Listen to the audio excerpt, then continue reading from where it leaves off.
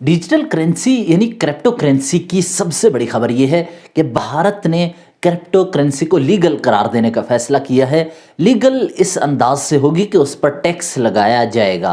पाकिस्तान में इस पर बात की जा रही है कि आया इसको लीगल करार दिया जाए या नहीं। इस हवाले से कैंपेन भी शुरू की जा रही है। यहाँ पर इंडिया की जानिब से ये किया जा रहा है कि 1 अप्रैल से जो नया माली साल शुरू होगा, यानी बजट पेश किया जाएगा, उसके बाद नेक्स्ट ईयर क्रिप्टो करेंसी या डिजिटल करेंसीज पर 30% टैक्स लगाया जा रहा है जब आप ट्रेड करेंगे।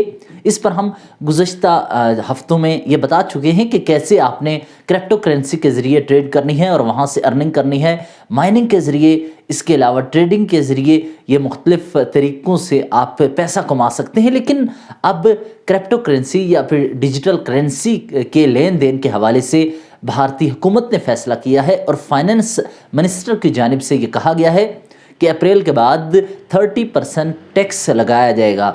ये इसका मतलब ये है कि लीगल करने की तरफ वो जा रहे हैं। उन्होंने कहा है कि ये सिर्फ 30% टैक्स नहीं लगाएंगे, बल्कि इसके साथ ही भारत की जानिब से अपनी डिजिटल करेंसी मुतारफ़ करवाने का ऐलान किया गया है। ये ऐलान ऐसे वक्त में सामने आया है जब चीन की जानिब से ये कहा गया है कि हम क्रिप्टो करेंसी को इल्लीगल करते हैं और किसी किस्म की वहाँ डिजिटल करेंसी नहीं चलाई जाएगी। बिटकॉइन को वहाँ पर पाबंदी का सामना करना पड़ा। इसके अलावा डिजिटल करेंसी के हवाले से जो ही चीन ने फैसला किया कि इल्लीगल करार दिया जा रहा है डिजिटल करेंसीज़ को, और ख़ासकर जो भी करेंसीज़ यूरोप या वेस्ट की हैं उन करेंसीज़ को बंद किया जा रहा है। उसके बाद हमने देखा स्टॉक मार्केट में मंदी आई। इसके अलावा डिजिटल करेंसियों की कीमत आधी हो चुकी थी।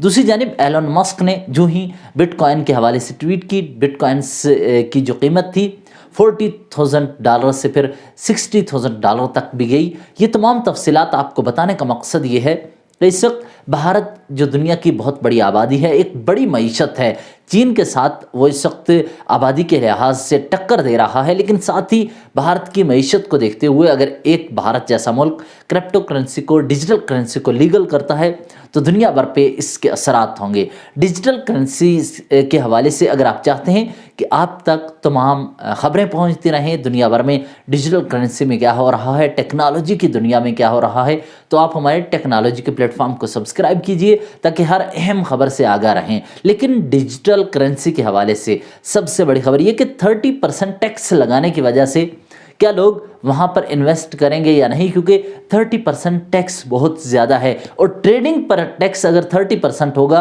तो फिर इससे जो ट्रेड करेगा, जो क्रिप्टो करेंसी या फिर डिजिटल करेंसी की मद में आप दुनिया भर से तिजारत करेगा, तो उसको 30% टैक्स देने के बाद बचेगा क्या? ये बहुत अहम सवाल है। लेकिन 1 अप्रैल तक भारत की जानिब से अपनी डिजिटल करेंसी मुतारफ़ करवाई जा रही है, तो शायद वो अपनी डिजिटल करेंसी मुतारफ़ करवाए तो वहाँ पर वो सब्सिडीज़ दे, वो वहाँ पर टैक्स कम करे या फिर टैक्स छूट दे। और तीसरा ये सबसे अहम ये कि इस दौरान जब अपनी डिजिटल करेंसी है तो फिर दुनिया से डिजिटल करेंसी का मुकाबला करने के लिए आपको इंटरनेशनल मार्केट्स में जो डिजिटल करेंसीज यूज़ हो रही हैं तो उन पर टैक्स लगाना होगा।